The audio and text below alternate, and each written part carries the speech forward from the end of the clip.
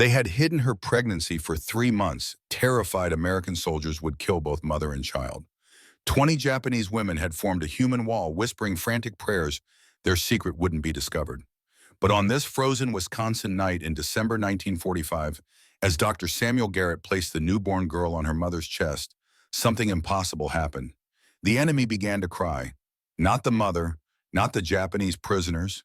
The American doctor, the man who had every reason to hate them, wept with joy at the sound of a healthy enemy baby's first breath. What happened in that room would prove that sometimes your enemy's mercy is the most dangerous weapon of all, because it destroys not your body, but everything you believe about good and evil.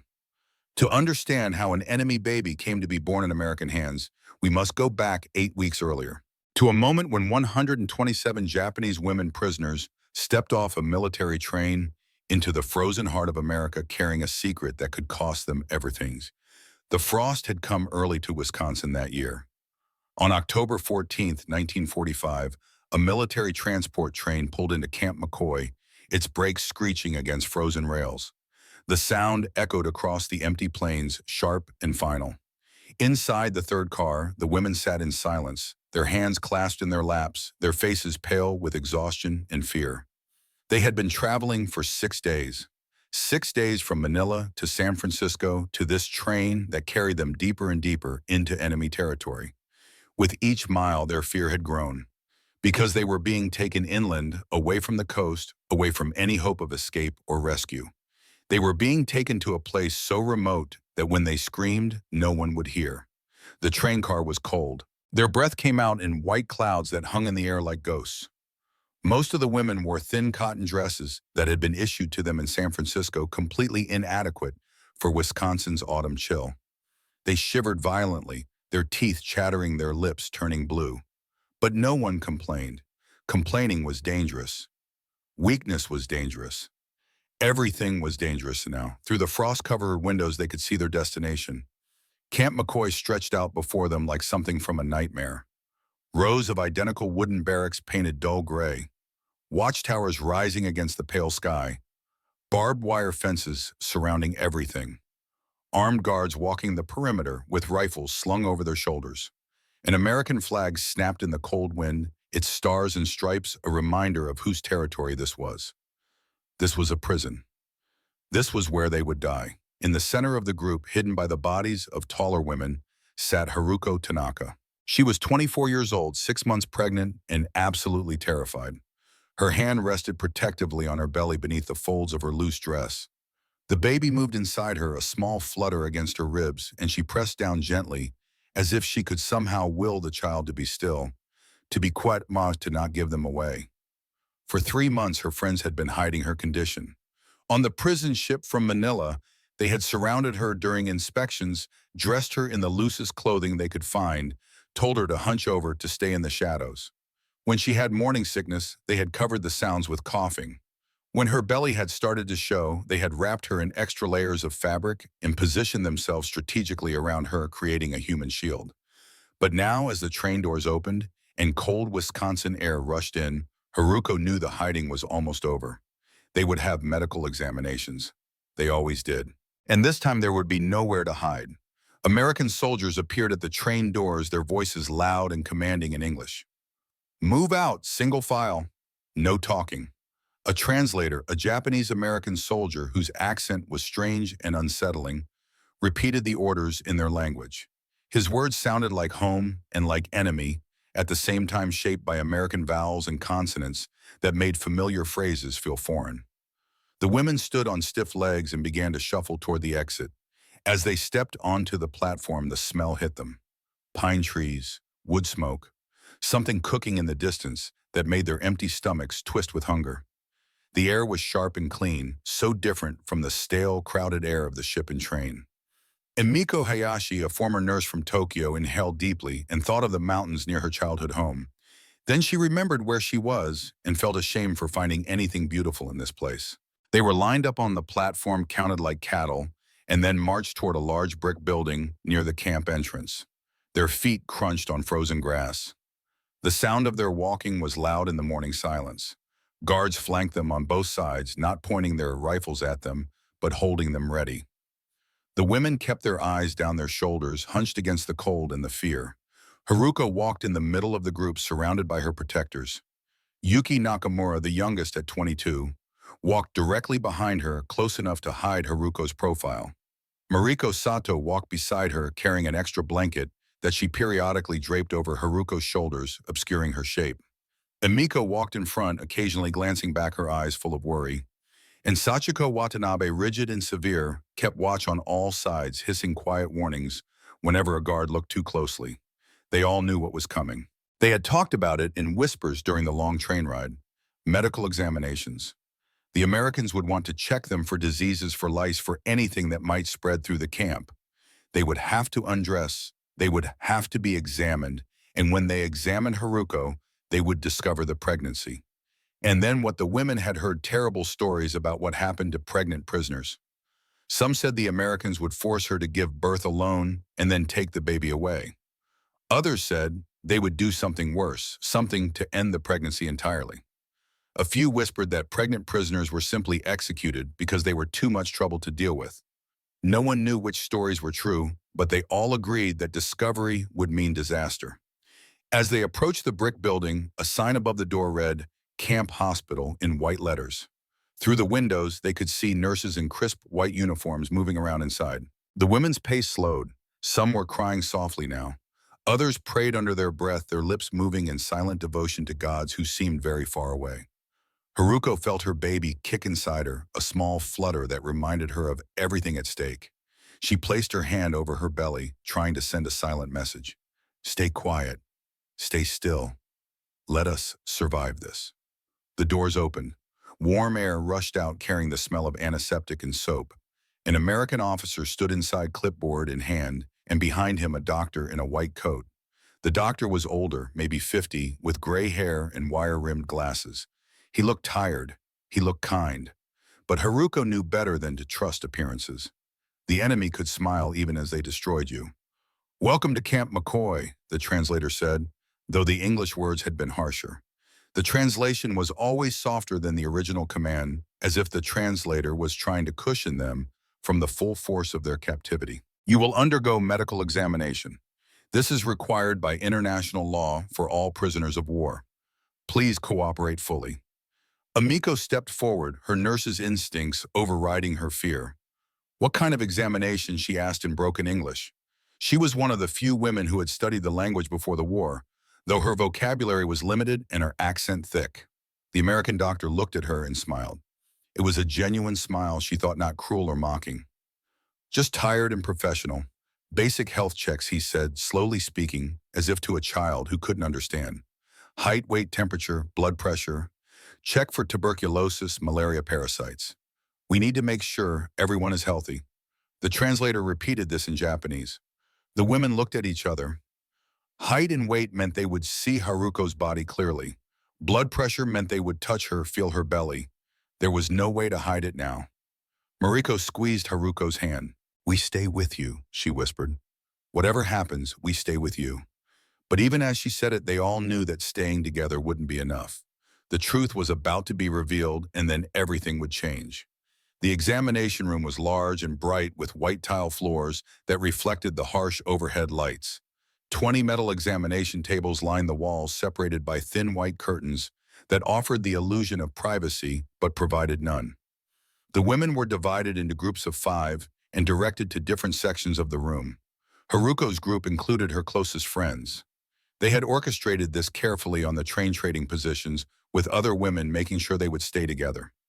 Now they stood in a tight cluster around Haruko, trying to shield her for just a few more minutes. "Please remove your outer clothing and stand by the examination tables," a female nurse instructed through the translator. She was young, maybe 30, with blonde hair pulled back in a tight bun. Her face was professional, neither kind nor cruel, just efficient.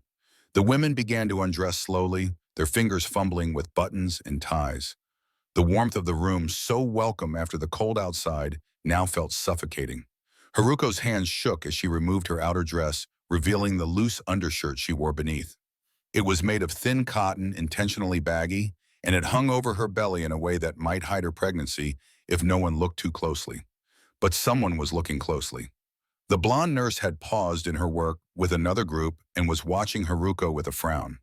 Her eyes traveled from Haruko's face down to her midsection and then back up again. Haruko saw the exact moment when the nurse realized what she was seeing. The woman's eyes widened. Her lips parted slightly.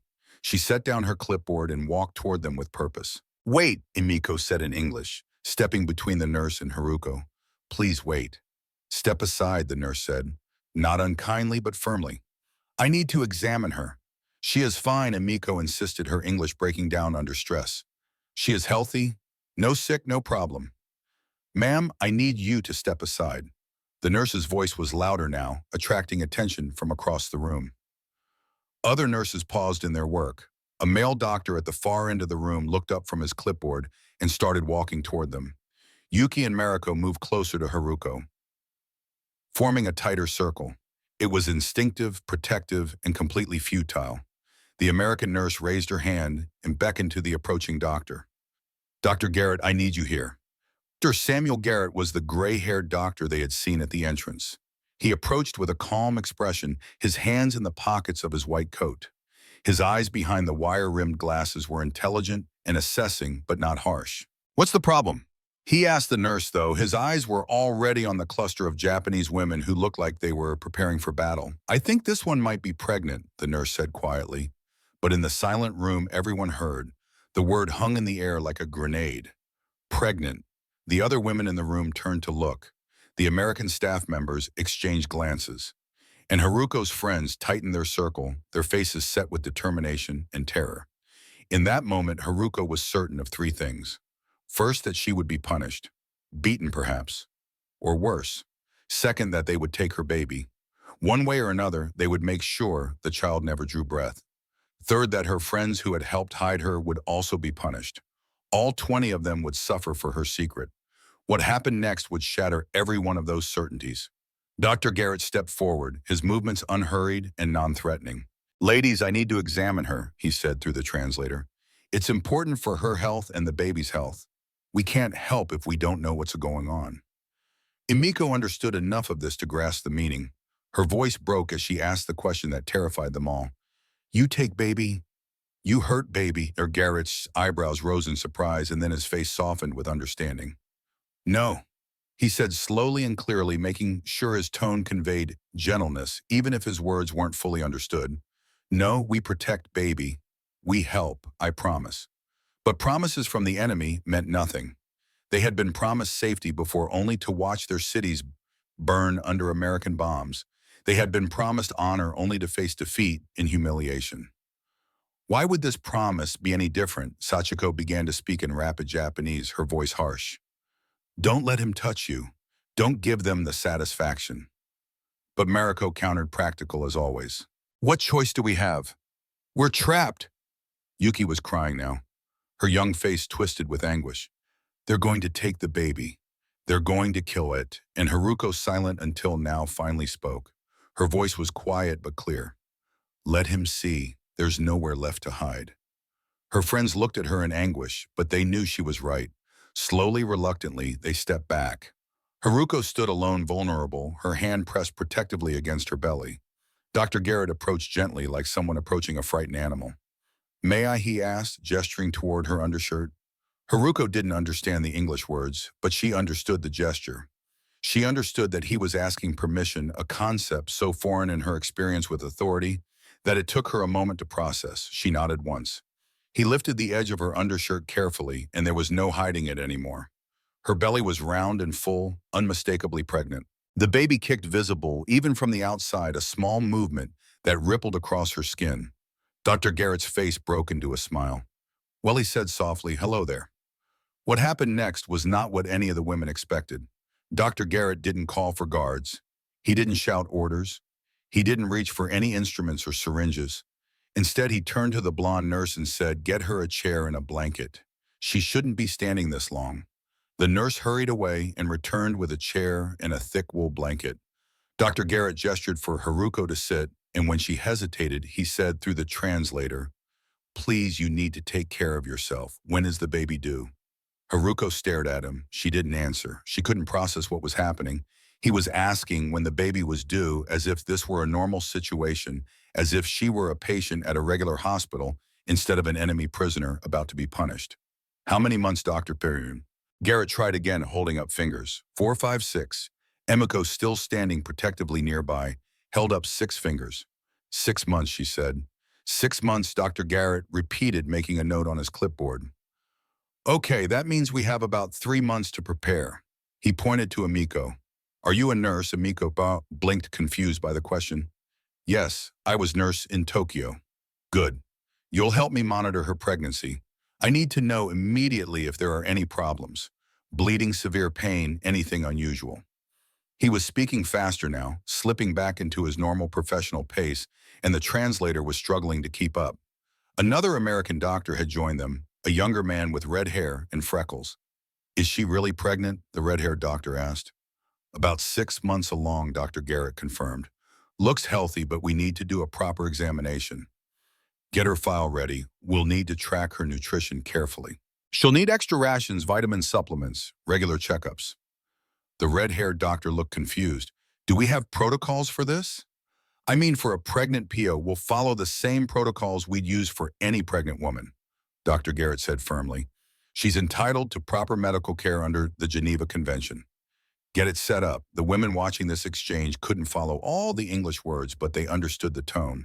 The American doctors weren't angry. They weren't threatening.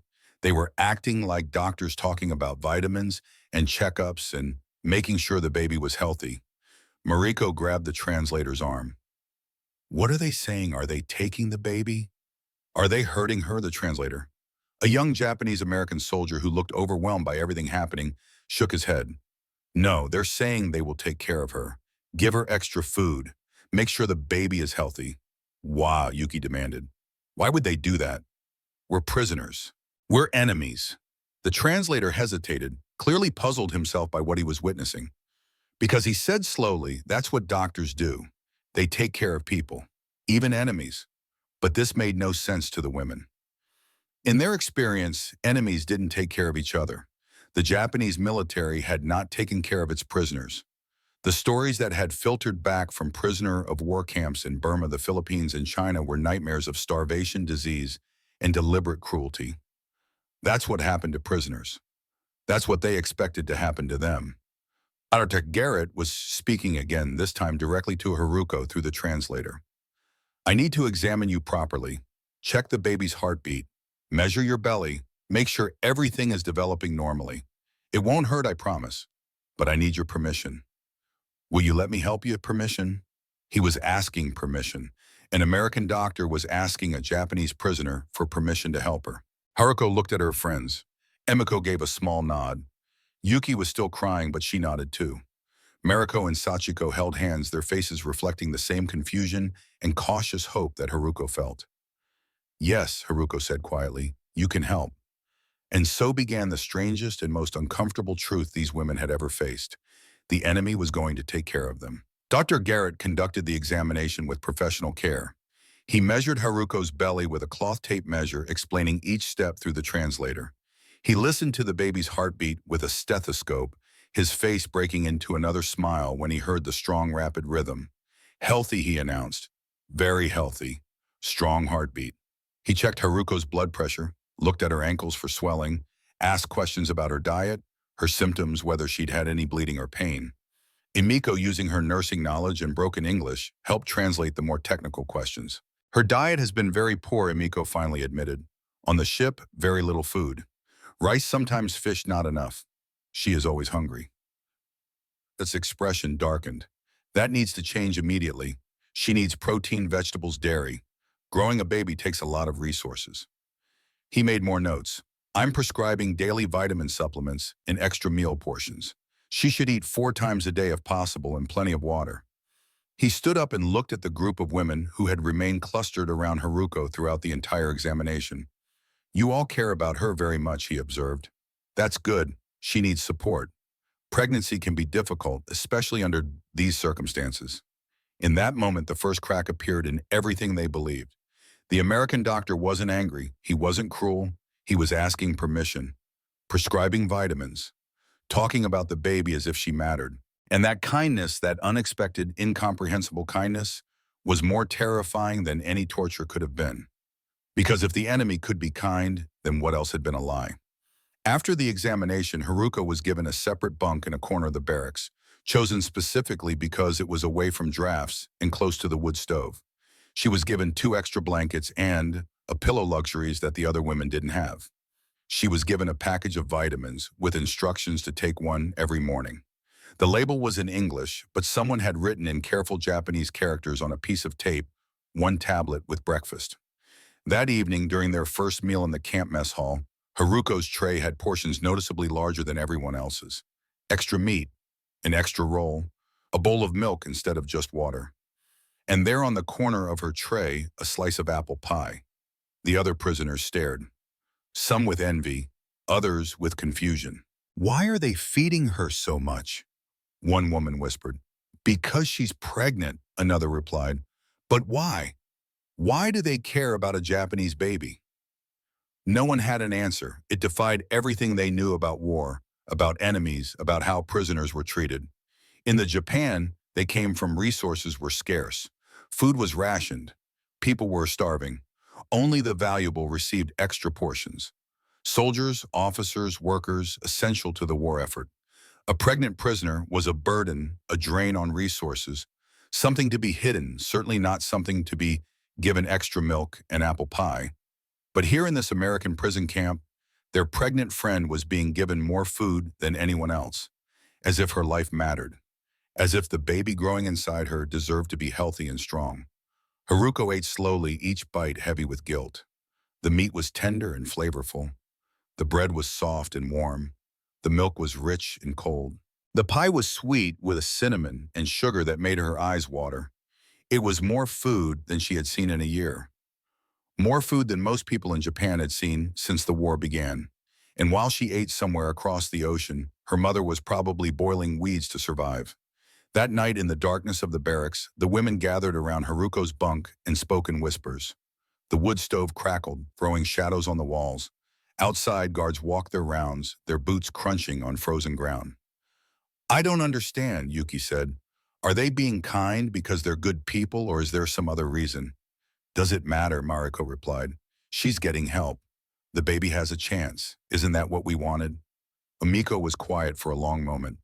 When she spoke, her voice was heavy. "Yes, but accepting their help feels like betrayal. Like we're accepting that they're right and we're wrong. Like we're admitting defeat not just in war, but in everything we believed." Sachiko's face was hard in the firelight. "It is betrayal. We're accepting comfort from the people who bombed our cities, who killed our families. Every bite of that pie was paid for with Japanese blood." "But they didn't personally bomb our cities," Yuki argued. "These soldiers, these doctors, they're just doing their jobs." "Their job is to guard us," Sachiko shot back. "To keep us prisoner, not to feed us pie and give us extra blankets." Emiko stared into the fire. "When I was a nurse in Tokyo, we had prisoners sometimes. Chinese, Korean. Allied pilots who were shot down." She paused, the memory clearly painful. "We didn't give them extra food. We didn't care if they were comfortable. We barely acknowledged they were human." The silence that followed was heavy with understanding. "Are you saying the Americans are better than us?" Mariko asked quietly. "I'm saying I don't know what I'm saying," Emiko's voice cracked. "I'm saying that everything I thought I knew about enemies and honor and how prisoners should be treated, it's all wrong, or we're all wrong, or someone is wrong, and I don't know who anymore." Haruko spoke from her bunk, her hand on her belly where the baby was moving. "I don't know what to teach this child. How do I explain that they were born in a prison camp, that enemy doctors kept them alive?" She held up a small object, that an American grandmother somewhere knitted their first clothes. It was a tiny knitted hat, soft and white with a delicate pattern. It had been in the package with the vitamins wrapped in tissue paper. A note had been tucked inside, written in English, with a Japanese translation below. "For the baby, every child deserves to be warm." It was signed Margaret Garrett. "Where did that come from?" Yuki asked, her eyes wide. "It was with the vitamins," Haruko said. "The translator told me Margaret Garrett is the doctor's daughter. She's pregnant too." Emiko nodded slowly. "He showed me a photo during the examination. She's due in February, just a few weeks after you. And there it was, the second unbearable truth. An American woman, daughter of the doctor caring for Haruko, was pregnant at the same time, due within weeks of each other. Their babies would grow up in the same world, born in the same terrible year. And that American woman, who had every reason to hate the Japanese, who had lost friends and neighbors to this war, had sent a tiny knitted hat for her father's enemy patient. Because to her, a baby was just a baby, innocent, deserving of warmth. It was a simple act of kindness. But to these women who had been taught that Americans were heartless demons, that simple kindness was a bomb that destroyed their entire worldview. The next morning, mail arrived at the camp. It was the first mail most of the women had received since their capture. The letters had been censored, important information blacked out with thick ink, but they were connections to home, to the lives they had left behind. Yuki received a letter from her mother in Hiroshima. She took it to a quiet corner of the barracks and read it alone, her hands shaking. When she finished, she folded it carefully and placed it in her trunk. She didn't cry. The guilt was too heavy for tears. Later, she told the others what the letter said. "The city is gone," she said quietly. "Everything is ash. They're living in what used to be a warehouse. The roof is half collapsed, but it keeps some of the rain out." "What are they eating?" Mariko asked, though she wasn't sure she wanted to know. "Weeds from near the river," Yuki said. Her voice was flat, emotionless. "My mother said they boil them to make them less bitter. My grandmother found some mushrooms. They were all sick after, but they're still alive." She looked down at her hands. "My cousin Keiko's baby died last week. There was no milk. She tried everything. My aunt hasn't spoken since." The room was silent except for the crackling of the fire. "My mother said she prays the Americans are treating me according to the laws of war," Yuki continued. "She prays I'm safe. She prays I'll come home someday." She looked up at the others. "My cousin's baby died because there was no milk. And last night I drank a full cup of milk with my dinner." Mariko's letter from her husband in a Philippine prisoner of war camp was even worse. The censors had blacked out so much that entire sentences were missing. But the desperation bled through the gaps.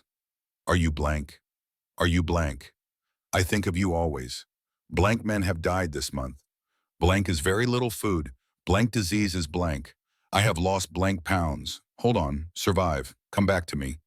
She read the letter aloud to the group, her voice steady until she reached the end. Then she folded it carefully and held it against her chest. "He doesn't know I'm eating 3 meals a day. He doesn't know I've gained 10 pounds.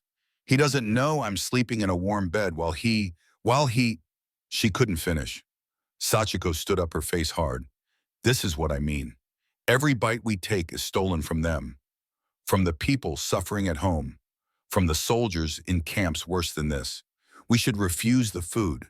We should maintain our dignity through hunger." "Dignity doesn't keep you alive," Emiko said tiredly. "Dignity doesn't keep Haruko's baby alive. Some things are more important than living," Sachiko insisted. Haruko's voice was quiet but firm. "Not to me. Not anymore. My baby needs food. I can't let her starve for pride." The debate might have continued, but a guard appeared at the barracks door. "Haruko Tanaka," he called out, reading from a clipboard. "Report to hospital for examination." And so Haruko walked across the frozen camp to the hospital, Emiko at her side, carrying 2 impossible weights. The guilt of being well-fed while others starved, and the growing terrifying realization that her enemy cared more about her unborn child than her own government ever had. The examination room was warm and private, a luxury Haruko was still getting used to. Dr. Garrett was already there, along with Nurse Helen Curtis, the blonde woman who had first discovered the pregnancy. Helen's face was kind today, softer than it had been during that first tense examination. "Good morning," Dr. Garrett said through a translator who had been assigned to help with medical appointments. "How are you feeling today?" Haruko sat on the examination table, her hands folded in her lap. "Tired. The baby moves a lot at night, and my back hurts in the mornings." Dr. Garrett smiled. "That's a good sign. Active baby is healthy baby. The back pain is normal at this stage. The baby's getting bigger, putting pressure on your spine. Let's see how much she's grown." This examination felt different from the first one. Less tense, almost routine. Dr. Garrett worked with practiced efficiency, checking her weight gain, measuring the distance from her pubic bone to the top of her uterus with the cloth tape. 28 centimeters, right on track for 7 months. He placed the stethoscope on different spots of her belly, listening, counting silently. The heartbeat remained strong and steady. 140 beats per minute. Perfect. Then he pressed his hands carefully against her abdomen, feeling for the baby's position. His fingers moved methodically, identifying the round, hard shape of the head, the curved line of the spine, the smaller bumps of hands and feet. When he finished, his brow furrowed slightly. "The baby is in breech position," he said. "That means she's sitting bottom down instead of head down. We'll need to monitor this closely over the next few weeks." Amiko translated, and Haruko's hand flew to her belly. "Dangerous, it can be," Dr. Garrett admitted, "but we have time. Many babies turn on their own between now and delivery. Their heads, our heavy gravity usually does the work." He made notes in her file. "If she hasn't turned by week 36, we have options. We can try to turn her manually, though that's uncomfortable. Or we prepare for a breech delivery, which is more complicated but manageable." He looked up from his notes, his expression serious but reassuring. "I've delivered breech babies before. If it comes to that, we're prepared. But let's give her time to turn on her own first." "What will happen to my baby after she is born?" Haruko asked quietly. The question had been haunting her for weeks, and she could no longer hold it back. Dr. Garrett set down his pen. His expression grew somber. "I don't know. That's not my decision. I don't know what the repatriation policies will be. Whether you'll be sent back to Japan immediately or whether you'll stay here until arrangements can be made." He paused, choosing his words carefully. "But I promise you this. While you're under my care, I will do everything in my power to make sure both of you are healthy and safe. That's not negotiable. That's not dependent on politics or policy. That's just what doctors do." It was an honest answer. No false promises, no guarantees about the future, just a commitment to the present. Somehow that made it both better and worse. He could keep her baby healthy, but he might not be able to keep her baby with her. As Haruko stood to leave, Dr. Garrett pulled a photograph from his wallet. A young woman with dark hair and a gentle smile, her hand resting on a rounded belly, much like Haruko's. "My daughter," he said. "Margaret. She's pregnant too. Due in February, about 2 months after you." Haruko stared at the photo. Two women on opposite sides of the world, both carrying new life into a world still reeling from war. "When I worry about your baby," Dr. Garrett said quietly, "I think about Margaret, about how I would want someone to care for her if she needed help. I'm treating you the way I hope someone would treat my daughter." He tucked the photo back into his wallet. "That's all any of us can do.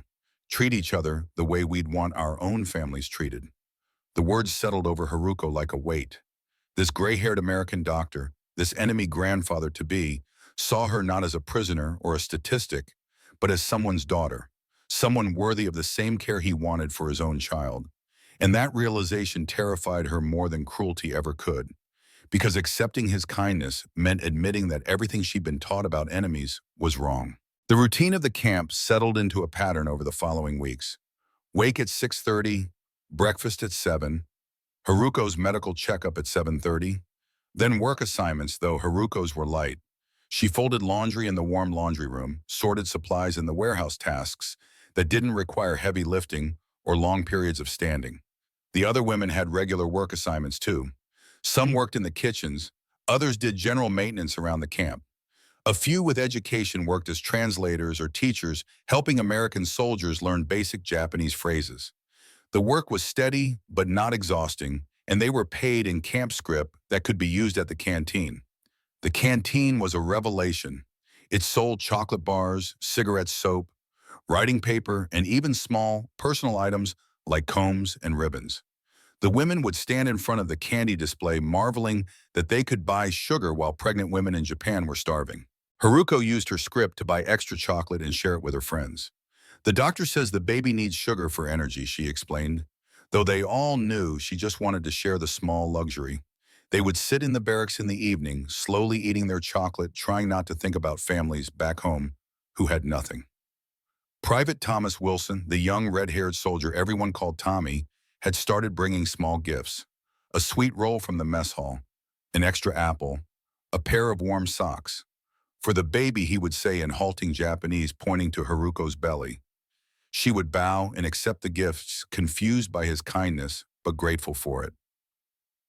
Why do they care? Sachiko asked one evening as they watched Tommy wave goodbye after delivering a jar of honey. We killed their friends. We bombed Pearl Harbor. We fought them for years. Why do they care if her baby is warm? Because they see her as a person, Emiko said thoughtfully. Not as an enemy, but as a pregnant woman who needs help. That's what Dr. Garrett told me once. He said medicine doesn't care about politics. A patient is a patient. But we're not just patients, Mariko argued. We're prisoners. We're supposed to be punished. Yuki spoke quietly, her young face thoughtful. Maybe that's the difference between us and them. They punish by defeating you in war. But once you're defeated, once you're captured, they treat you like a human being. We were taught that surrender was the ultimate shame, that prisoners deserved nothing. But they don't think that way.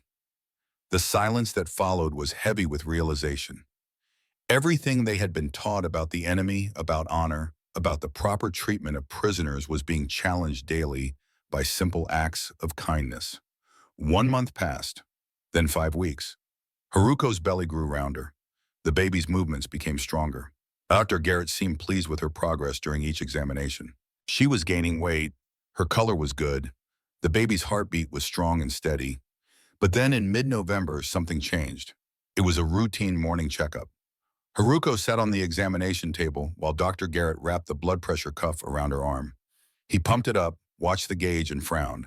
He released the pressure and did it again. 145/95, he said quietly. That's too high. He checked her ankles, pressing his thumb into the flesh. When he pulled away, the indentation remained for several seconds. Have you had any headaches? He asked. Blurred vision. Swelling in your hands or feet beyond normal pregnancy swelling? Yes, Haruko admitted through Emiko. Headaches. My hands are very swollen in the morning. My rings don't fit anymore. Dr. Garrett's expression was serious. This is concerning. Early signs of preeclampsia. We need to monitor this very closely. If it progresses, we might have to induce labor early or do an emergency delivery. Emiko's face went pale. She understood the medical terminology. Early is bad, she said. Baby is only 7 months. Too early, I know, Dr. Garrett said. That's why we're going to do everything we can to keep the pregnancy going safely. He turned to Nurse Helen. Set up a cot in the hospital. She needs to be here where we can monitor her around the clock. And so Haruko was moved to a small room in the hospital. It had a single bed, a chair, a small table. A window looked out onto the camp yard. She was to stay in bed as much as possible. Her blood pressure would be checked 3 times a day. Any changes, any new symptoms had to be reported immediately. Emiko stayed with her, sleeping on a cot in the same room. The other women visited during their free time, bringing small gifts and words of encouragement. But the mood had shifted. The comfortable routine had been disrupted. The danger was real again. For 3 days, Haruko's blood pressure remained elevated. Dr. Garrett adjusted her diet, increased her fluid intake, prescribed complete bed rest. Nothing seemed to help. The numbers stayed stubbornly high, 145/95, 148/98, 150/100. On the 3rd night, Haruko couldn't sleep. The baby was moving restlessly inside her, as if sensing her mother's anxiety. At 2 in the morning, she heard footsteps in the hallway and saw a light under her door. A moment later, Dr. Garrett appeared in the doorway. He was wearing the same white coat he always wore, but his hair was uncombed and his eyes were tired. He had been sleeping in his office, she realized, so he could be close if anything changed. Can't sleep? He asked gently. Haruko shook her head. Emiko stirred on her cot and sat up, ready to translate. Dr. Garrett pulled the chair close to Haruko's bed and sat down heavily. The baby's restless tonight, he observed. I can see her moving. For a long moment, they sat in silence. Then Haruko asked the question that had been building inside her for days. Why do you care so much? She is enemy baby. You could let her die. No one would know. No one would blame you. Dr. Garrett looked shocked. Let her die. She's a baby, an innocent life. Why would I let her die? Because we are enemies, Haruko said. We killed Americans. We fought you. We bombed Pearl Harbor. We are not friends. Dr. Garrett took off his glasses and rubbed his eyes. When he put them back on, his expression was weary but resolute. You're not my friends, you're right about that. But you're human beings. And that baby, he pointed to her belly, is innocent of everything. She didn't bomb anyone. She didn't kill anyone. She's just a child who deserves a chance at life. He leaned forward. Is that really so hard to understand? That we treat you humanely? Emiko spoke up, her voice soft but steady. Yes, it is hard to understand. Because we would not do the same. The silence that followed was heavy with uncomfortable truth. All three of them knew what Emiko meant. They knew the stories from Japanese prisoner of war camps, the Bataan Death March, the Burma Railway, the deliberate starvation and cruelty. Dr. Garrett nodded slowly. I know, I've heard the stories from our soldiers who were prisoners in your camps. I've seen the survivors. He paused. But that doesn't mean we should do the same. That doesn't mean we should abandon our principles because someone else abandoned theirs. Dr. Garrett was quiet for a long moment, searching for words that would cross the language barrier, the cultural divide, the chasm of war between them.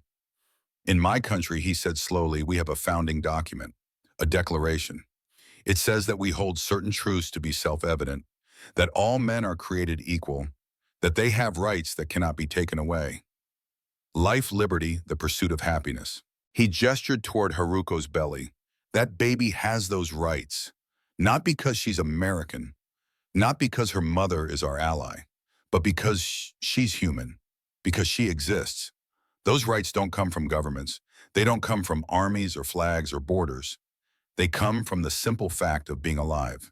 The Geneva Convention, the rules about prisoners, they're not about being nice to enemies. They're about recognizing that even in war, even when we're trying to kill each other, we don't lose our humanity. The enemy has a mother who loves them, a father who worries, maybe a wife children dreams of their own. He leaned forward, his tired eyes earnest. If we forget that if we start seeing enemies as less than human, then it doesn't matter who wins the war. We all lose, because we become the monsters we thought we were fighting. Haruko's tears came silently streaming down her face, not from physical pain, but from the shattering of every certainty she'd built her life on. I was taught that Americans were demons, she said through Emiko's translation, her voice breaking, that you had no honor, no mercy, that you would destroy us without hesitation or regret. Dr. Garrett nodded slowly. And we were taught that Japanese soldiers were fanatics, that you valued death over life, that surrender was impossible because you'd rather die than show weakness. He squeezed her hand gently. Both sides lied. Not entirely, maybe. War makes monsters of some people, but it doesn't make monsters of everyone. And the Geneva Convention these rules were following, they're humanity's way of saying, even when we fight, we don't have to become the lies they told about us.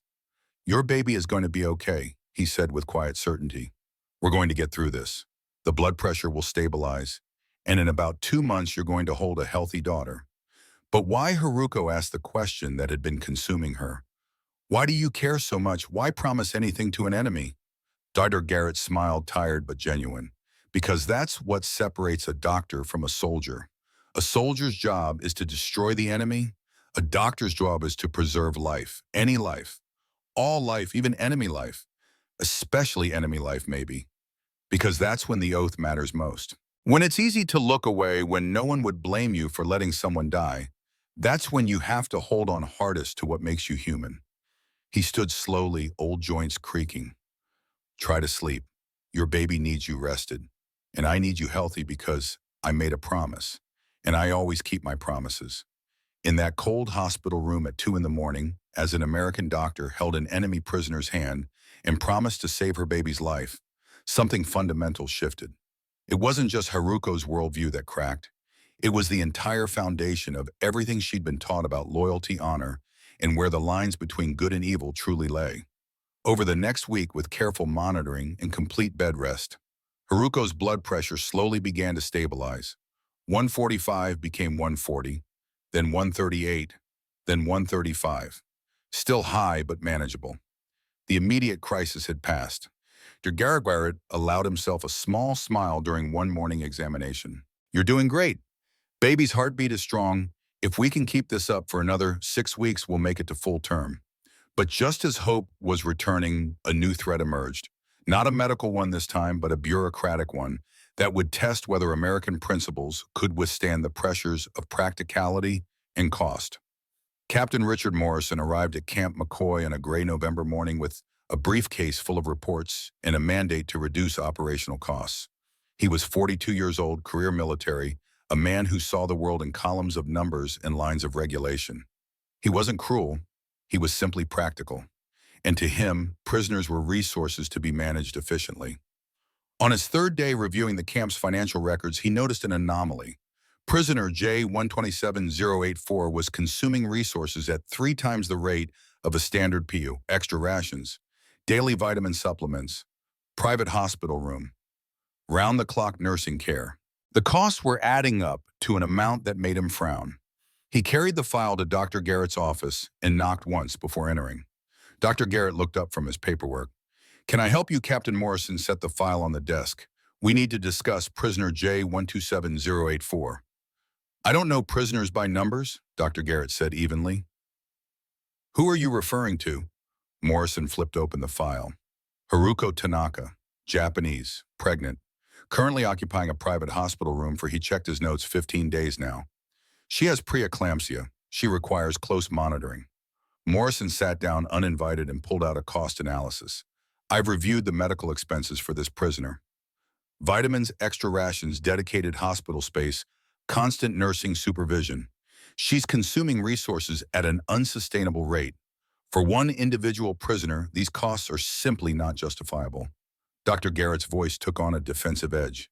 "She's not a standard PO. She's 7 months pregnant with serious complications that could kill her or the baby. Which brings me to my recommendation." Morrison pulled out another document. "There's a naval hospital in San Diego with a full maternity ward. Proper equipment, specialized staff, neonatal intensive care facilities. I'm recommending immediate transfer. They're better equipped to handle this situation." Dr. Garrett stood up abruptly. "Absolutely not. She's 7 months pregnant with elevated blood pressure. A cross-country train journey lasting 4 or 5 days could trigger eclampsia, stroke, or premature labor. Any of those could be fatal to mother or baby." "Then we induce labor now," Morrison said calmly. 7 months is viable with proper care. We deliver the baby here, wait for recovery, then transfer them both when they're stable. At 7 months, the baby's lungs aren't fully developed," Dr. Garrett said, his voice rising. "Without proper surfactant production, she could suffocate within hours. We don't have the equipment here for a severely premature infant. She would need immediate transfer to a facility with incubators and respiratory support, which would require the same dangerous journey you're proposing for the mother." Morrison's expression didn't change. "Dr. Garrett, I understand your medical concerns, but we're running a prisoner of war camp, not a charity hospital. We have 4,000 prisoners in this facility. We cannot allocate disproportionate resources to one individual, regardless of how sympathetic their situation may appear. She's not a situation," Dr. Garrett said quietly, dangerously. "She's a patient, a human being, and she's entitled to proper medical care under the Geneva Convention." Morrison pulled out yet another document, this one with official legal letterhead. "I've consulted with our legal department. The Geneva Convention requires adequate medical care. It doesn't specify optimal care. We can meet our legal obligations by transferring her to a facility better equipped to handle high-risk pregnancies, where she'll likely die in transit." Garrett finished. "That's your solution." Morrison's voice took on an edge. "These are enemy combatants, doctor, not charity cases. While you've been playing savior to one pregnant prisoner, 3 of our boys died in a transport accident bringing them home from the Pacific. 3 American soldiers who won't see their families again. Forgive me if I'm not willing to bankrupt our medical budget for an enemy's baby." Dr. Garrett placed both hands on his desk and leaned forward. "Those 3 soldiers died fighting for American values. Freedom, dignity, the rule of law. If we abandon those values the moment they become inconvenient, then what the hell did they die for? The Geneva Convention isn't just about legal obligations." He continued, his voice steady but intense. "It's about proving we're better than our enemies. That we treat prisoners humanely, not because they deserve it, but because we're Americans, and that's who we are. If we let a pregnant prisoner die because saving her is too expensive, we're no different from the regimes we just defeated." Morrison stood, gathering his files. "I'm not letting anyone die. I'm recommending a reasonable transfer to appropriate facilities. I'm taking this to Colonel Stevens. As camp commander, he has final authority on resource allocation. Then I'll be there too, Dr. Garrett said, and I'll make sure he understands exactly what you're proposing. Morrison paused at the door. Dr. Garrett, I actually admire your dedication to your patients. I do, but you're letting sentiment cloud your judgment. These are enemies.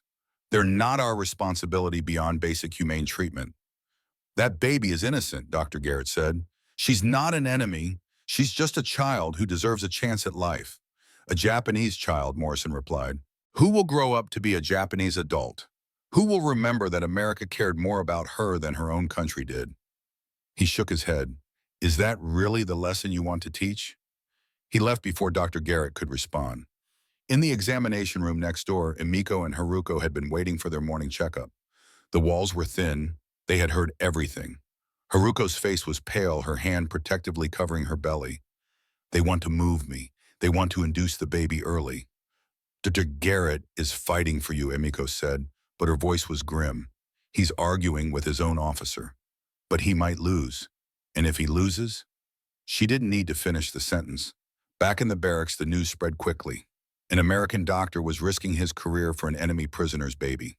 Some of the women couldn't believe it. Others found it confirmed what they had slowly begun to understand about their captors. Sachiko, who had been the most resistant to accepting American kindness, sat quietly for a long time. Finally, she spoke. An American doctor is willing to fight his own superiors to protect Haruko's baby. What does that say about them, about us? Emiko had been keeping careful track of the costs. She understood numbers, understood resources. The vitamins alone cost more than what they spent on 10 regular prisoners. The extra food, the private room, the constant medical supervision. It was expensive, very expensive. So the bureaucrat is right, Sachiko said. We are a drain on resources. Yes, Emiko admitted. But Dr. Garrett doesn't care about the kid. He cares about keeping a promise, about doing what's right even when it's difficult and expensive. She looked at the other women. What does that say about American values? Are they just words or do they actually mean something? The next morning, Samuel Garrett walked into Colonel David Stevens' office carrying Haruko's medical file in one hand and an envelope in the other. The envelope contained his letter of resignation already signed. He had decided during a sleepless night that if forced to choose between his career and his principles, the choice was easy. Colonel Stevens was 55 years old, gray-haired, a decorated veteran of the First World War. He had 4 children of his own and 6 grandchildren. The photographs on his desk showed a man who understood the value of family. So Stevens said, gesturing for both men to sit. Captain Morrison says we have a resource allocation problem. Dr. Garrett says we have a moral obligation problem. Why don't you both explain your positions? Morrison went first, laying out his case with facts and figures. The costs were unsustainable. The precedent was dangerous.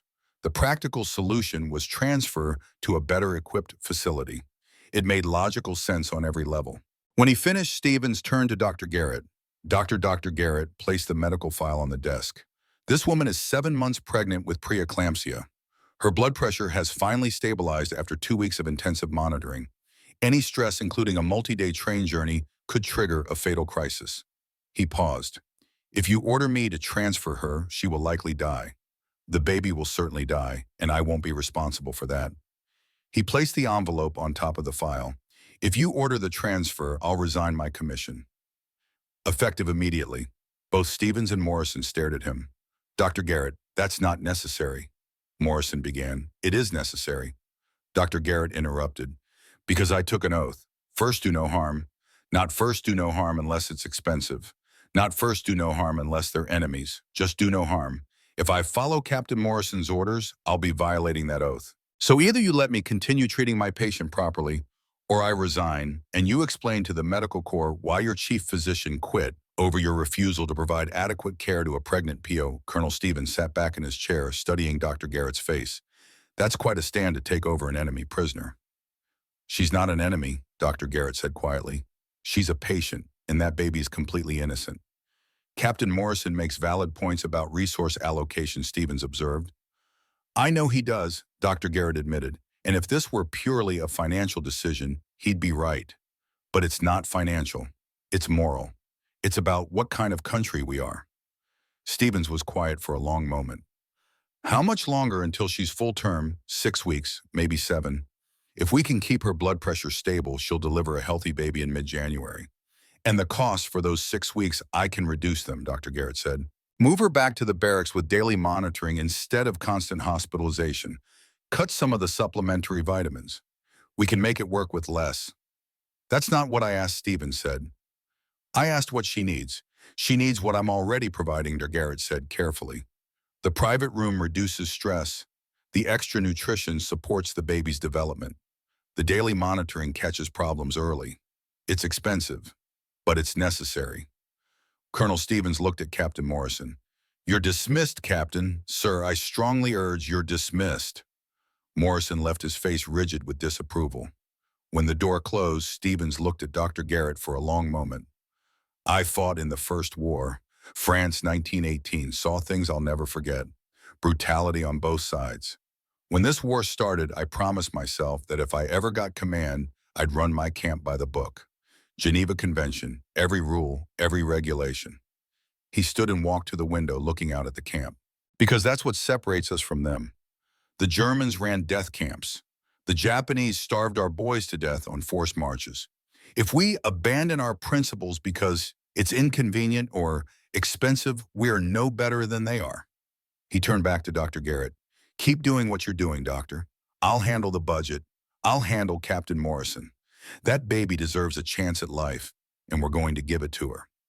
Not because we have to, because we're the United States Army and we don't cut corners on human decency.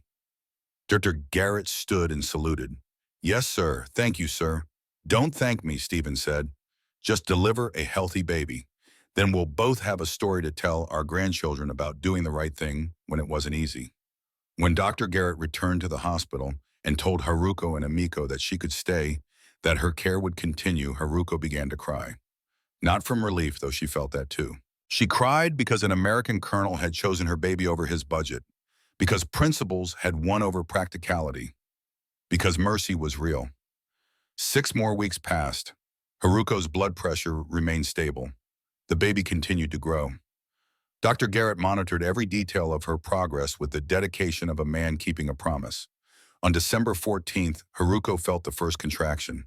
It was 5:17 in the morning, still dark outside, and she was sure at first it was just another uncomfortable night of late pregnancy. But then the pain came again, wrapping around her belly like a band of iron. Emiko, she whispered urgently, I think it's time. Within minutes, the barracks was awake. Women surrounded Haruko, helping her dress, supporting her as she walked. Someone ran for Dr. Garrett. The journey across the frozen camp to the hospital began a procession of women moving through the darkness, their breath visible in the cold air. Dr. Garrett arrived at the hospital within 10 minutes, still buttoning his coat, his hair uncombed. How far apart are the contractions? Maybe 10 minutes, Emiko estimated. Let's get her to the hospital. Slowly, no rushing. The room had been prepared for weeks. Everything was ready. Nurse Helen and 2 other nurses were already there, moving with efficient purpose.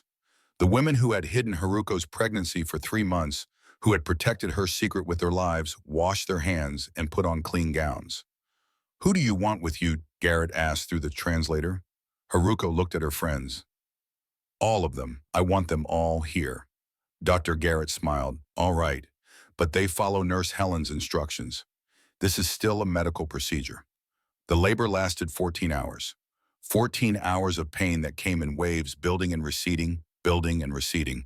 Emiko coached her breathing, using the techniques the American nurses had taught them. Yuki wiped her forehead with cool cloths. Mariko held her hand and whispered encouragement in Japanese. Sachiko prayed quietly in the corner, her earlier resistance completely gone. The American medical staff moved around them with professional calm, monitoring the baby's heartbeat, checking Haruko's progress, preparing for the delivery. There were moments of fear when the baby's heart rate dropped.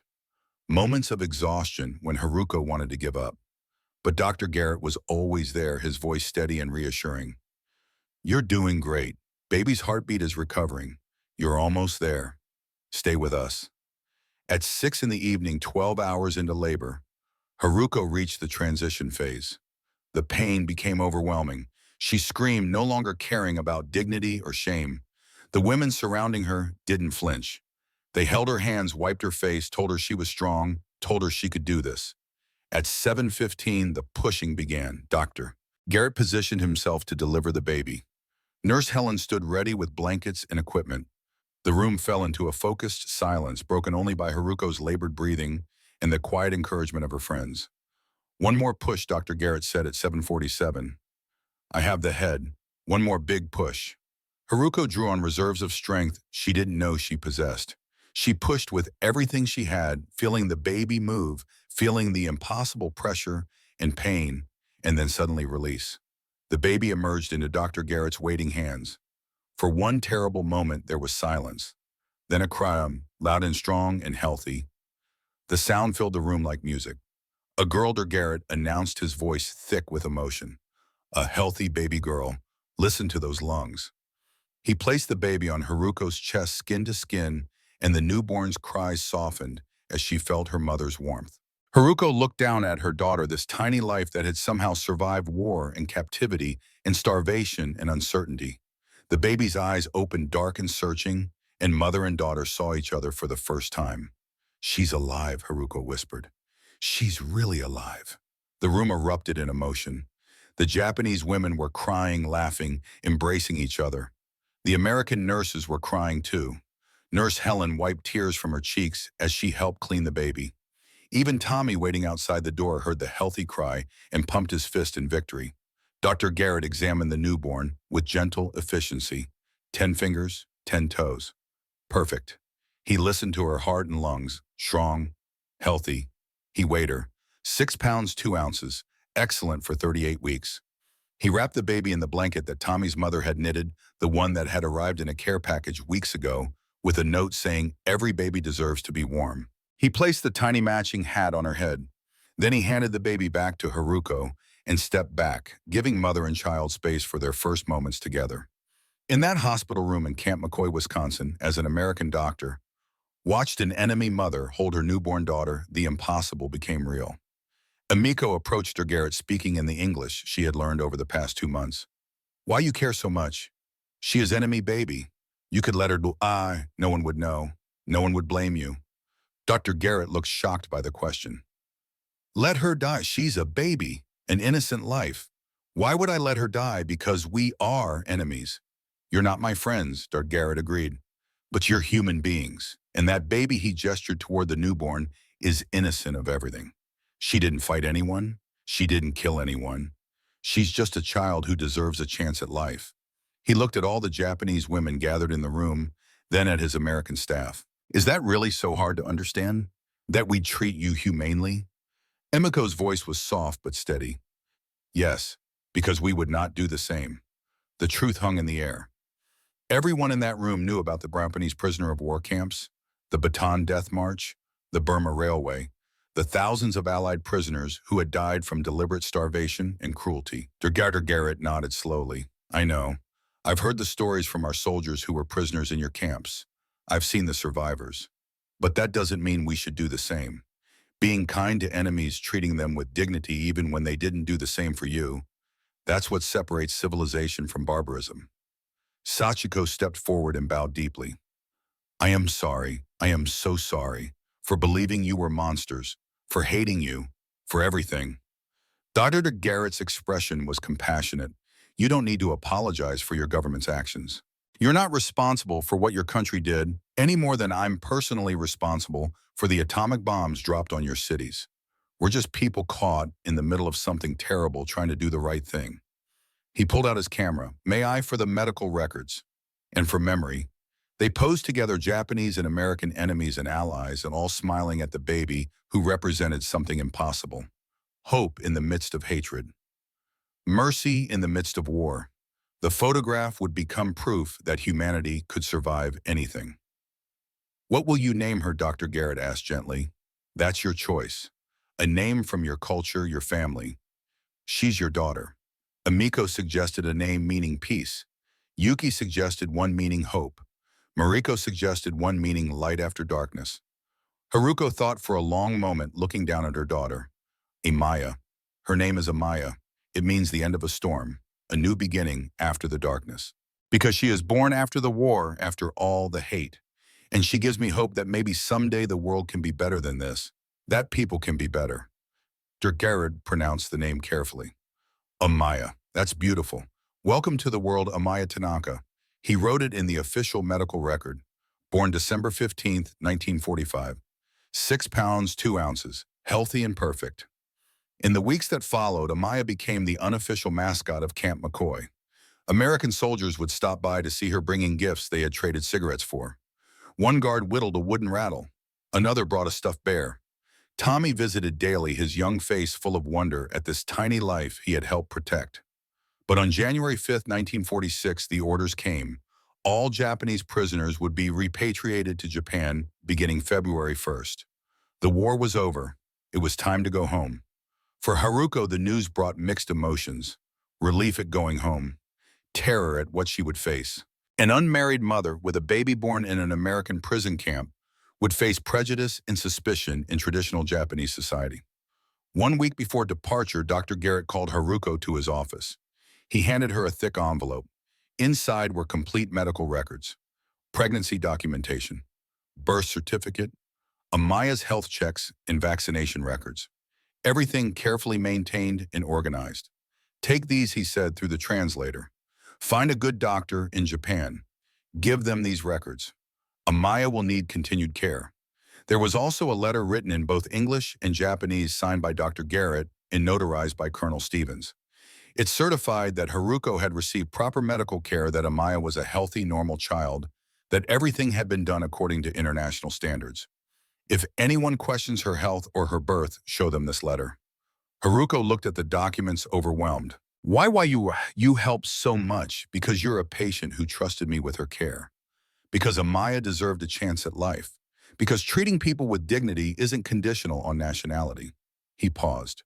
And because maybe, just maybe, if enough people on both sides remember that our enemies are human too, we won't repeat the mistakes that led to this war. He showed her an updated photograph. His daughter Margaret with her newborn son, born just 3 weeks after Amaya. My grandson and your daughter were born in the same terrible year. I hope they grow up in a better world. Tell Amaya someday, he said. Tell her that an American grandfather cared about her, that he fought to keep her safe. Tell her that mercy is possible, even between enemies. On the morning of January 28th, Haruko dressed Amaya in the clothes Tommy's mother had knitted. She wrapped the medical records in waterproof cloth and packed them carefully. The women gathered for their final goodbyes. Nurse Helen hugged Haruko, both of them crying. You're going to be a wonderful mother. You already are. Tommy gave her a photograph of his family and a note. If you ever come back to America, visit us. My mom would love to meet Amaya. Dr. Garrett examined Amaya one final time. She's perfect, strong and healthy. You did everything right. To Haruko, he said, you're one of the bravest women I've ever met. They embraced crossing every boundary of language and culture and enmity. Go home, he said. Rebuild your life. Raise that beautiful girl. And maybe someday, when she's old enough, tell her this story. Tell her that enemies chose to be kind. Because the world needs to remember that's possible. The bus carried them away from Camp McCoy toward the train station. Haruko sat by the window holding Amaya up so she could wave at the people who had saved her life. Dr. Garrett, Nurse Helen, Tommy, and the others waved back until the bus disappeared from view. The ship docked in Yokohama Harbor on February 14th, 1946. Haruko stood at the railing holding Amaya wrapped in the blanket Tommy's mother had knitted and looked out at what remained of Japan. The city she remembered bustling with life and commerce and possibility was gone. In its place stood skeletal ruins, blackened buildings, streets empty except for hollow-eyed survivors picking through rubble. The smell of ash and char and death hung over everything. As she walked down the gangplank, she felt the stares, heard the whispers that followed her like smoke. Unmarried mother, American camp baby, collaborator. An old woman in tattered clothing spat at her feet as she passed. But Haruko held her daughter closer and kept walking, because she carried something more valuable than reputation. She carried proof that mercy was real, that enemies could choose compassion, that kindness could cross an ocean, and she would not let that truth be buried by shame. Her mother's house in Osaka was still standing, though the windows were blown out and half the roof was gone. They lived on rice porridge and whatever vegetables could be coaxed from the ash-covered soil. Haruko showed her mother the medical records Dr. Garrett had given her, the birth certificate, the letter certifying proper care. This is my granddaughter, her mother said finally, holding Amaya for the first time. Not an American baby, not a shame baby, my granddaughter, and anyone who says otherwise will answer to me. The prejudice was real. The whispers never fully stopped. But Haruko refused to hide. She told her story to anyone who would listen. How enemy doctors had fought to save her baby's life. How an American colonel had chosen principles over budget. How a young soldier had brought gifts for a child who wasn't his, would never be his, but deserved warmth anyway. Some called her a liar. Others called her worse. But a few listened and slowly began to question what they'd been taught about the enemy. When Amaya was 10 years old, she found the photograph. The faded image of her mother holding a newborn, surrounded by both Japanese women and American soldiers, all smiling. Who are they, Mama? Haruko sat down and pulled her daughter close. They are the people who saved your life. And mine. But you said we were prisoners. You said we were enemies. We were. Haruko traced the faces in the photograph with gentle fingers. This is Dr. Garrett. He delivered you when no one else would. He fought his own superiors to keep you safe. This is Nurse Helen. She taught me everything about caring for you. This is Private Wilson. His mother knitted your first clothes because every baby deserves to be warm. Amaya studied the photograph with serious eyes. Why would enemies do that? Haruko looked at her daughter's face, so innocent, so full of questions about a world more complicated than any child should have to understand. Because being enemies doesn't mean we have to be monsters, my love. It means we have a choice. Every day, in every interaction, we choose what kind of people we want to be. And they chose to be human. They chose mercy over hatred, compassion over cruelty, and that choice saved your life. When Amaya was 25, she traveled to Michigan with a photograph tucked carefully in her luggage. She had become a nurse inspired by the doctors who had saved her life before she had drawn her first breath. She had traced Dr. Garrett's daughter through old military records, patient letters, and the help of the Japanese-American translator who had worked at Camp McCoy. Margaret Garrett Foster opened the door and immediately recognized the baby from her father's stories, now grown into a woman. You're her, Margaret whispered, tears already forming. You're the baby. Dad talked about you until the day he died. They sat in Margaret's kitchen drinking tea. Two women born in the same terrible year, shaped by the same war, connected by one doctor's choice to keep a promise. He said you were the reason he stayed in medicine after the war, Margaret said, pulling out box after box of photographs. When things got difficult, when patients were demanding or bureaucrats were impossible, he'd think of that December night in 1945, when he chose to fight for a life that didn't belong to him, that didn't owe him anything, simply because it was the right thing to do. She retrieved a wooden box from the hall closet. He kept this for you, just in case you ever came. Inside was Dr. Garrett's medical bag, his stethoscope worn from years of use, his handwritten notes from Haruko's pregnancy preserved carefully, and an envelope addressed in his careful script to the baby I helped deliver in December 1945. Amaya opened it with trembling hands. The letter was short, written in both English and Japanese, translated by someone who had taken great care with every word. Dear child, if you are reading this, it means you survived. You grew up. You became whoever you were meant to become, free from the war that tried to destroy you before you were born. I want you to know something. You were loved by strangers. You were protected by people who had every reason to hate you, but who chose compassion instead. You are living proof that mercy can cross any divide, survive any hatred, overcome any propaganda. Never forget that humanity is a choice we make every day, in every interaction. War makes that choice harder, but it doesn't make it impossible. Your mother was one of the bravest women I ever met. She chose life for you when death would have been easier. She trusted her enemies because she had no other choice, and that trust was honored. Be worthy of that sacrifice. Be worthy of that mercy. And when you face your own choices between kindness and cruelty, between compassion and indifference, remember that you exist because someone chose mercy. That choice changed the world, one life at a time. Dr. Samuel Garrett, Camp McCoy, Wisconsin, January 1946. Amaya read it 3 times, tears streaming down her face. Then she looked up at Margaret, at this American woman who had shared a womb time with her across an ocean, connected by their father's choices. Thank you, Amaya said, for keeping this, for remembering. Margaret smiled through her own tears. How could we forget? You're proof that the war didn't win, that hatred didn't win, that even in the darkest times, humanity survived. Today, Amaya's in her late 70s. A retired nurse, a grandmother. She keeps that faded photograph on her wall and Dr. Garrett's letter in a frame beside it. Proof that mercy happened, that kindness survived, that enemies made the choice to be human. And she tells her grandchildren the story of how she was born in enemy hands. Not as a tragedy, but as proof that the world can change, that people can choose compassion over cruelty, that mercy is always possible, even between enemies, especially between enemies. The mercy that shattered everything wasn't a weapon at all. It was a choice. One doctor, one baby, one promise kept when no one was watching, and that changed the world, one life at a time.